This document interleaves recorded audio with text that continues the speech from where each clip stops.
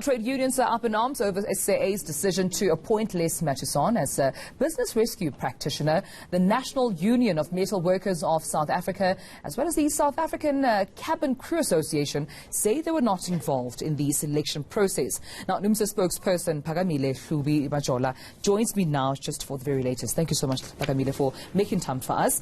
Let's talk about, first of all, the deadline that was given to SAA, which was today at 9 a.m. It was missed. They, however, have asked for an extension. What does it mean? Where are you right now in terms of your talks? Well, what we've said to South African Airways is that whilst we have noted that they've decided to undergo this voluntary business rescue process, for us this process lacks legitimacy.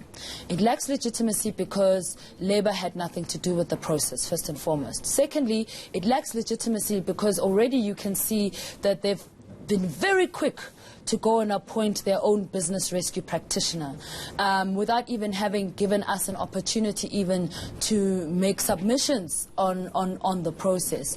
And for us, what is deeply concerning is that if they're going to continue on this path, then as far as we're concerned, this is not actually business rescue, but liquidation under the cover of business rescue. We say this because we do not trust the management, the board, and even DPE when it comes to this process.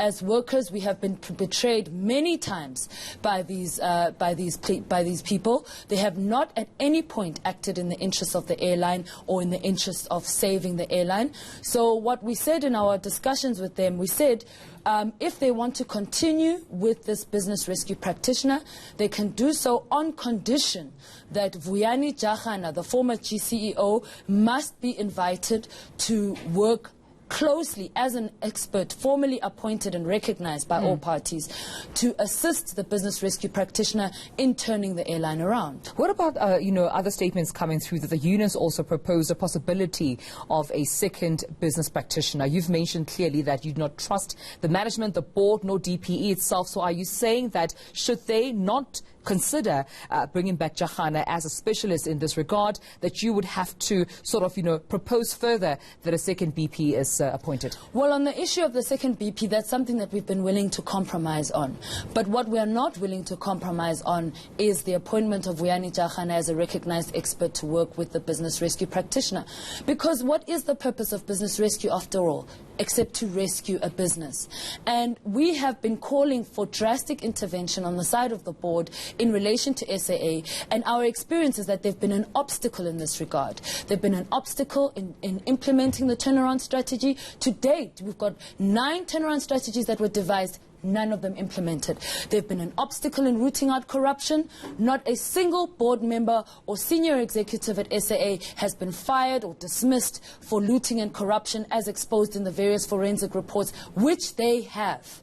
So how do we then trust these people suddenly when they say that they want to rescue the business, when all along they were fighting Solidarity, when Solidarity was the first to make this application? The only business rescue process which we as unions supported was the application which was initially made by Solidarity. And what we've said to them is that if they do not respond by agreeing to appoint Jahana to this process, then we will simply resuscitate Solidarity's application, because as far as we're concerned, in terms of law, it remains legitimate. Solidarity did not withdraw their business rescue application, and we will apply to the courts for an urgent interdict for the Solidarity's business rescue process to supersede the one that government has. You've also come out saying there are possibilities of strike, and also, although it's a last, sort of option that you have, but there would be a possibility of a strike, another possibility of legal action should, conversations fail here.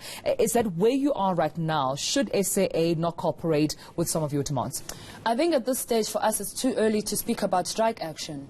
What we're looking at is legal action, urgent legal action to deal with this critical issue. You see, it's very important that your viewers must understand, our strike was never just about wages. Our strike was about forcing a change in the behavior in the board and executive management and even DPE in order to actually turn around the airline. Our experience to date has been as the government, the shareholder, together with the board, acting as an obstacle to turning this airline around and making it viable. accountable. Why do we say this? We say this because SAA's biggest cost driver is not labor.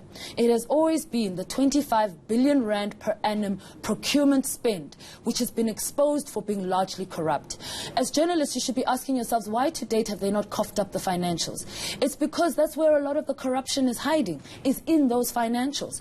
You see, if they liquidate the airline today, that means all of those people who are responsible for the corruption which is currently choking the airline will get away scot-free without ever having to be held accountable for their actions. All right. This is the story of all state-owned enterprises, not just SAA. And it's about time that we started holding government and these boards accountable for the destruction that they're doing in our state-owned airlines. Thank you so much for your time. Thank you. All right then. Of course, that's where we leave it at that. This is the rundown.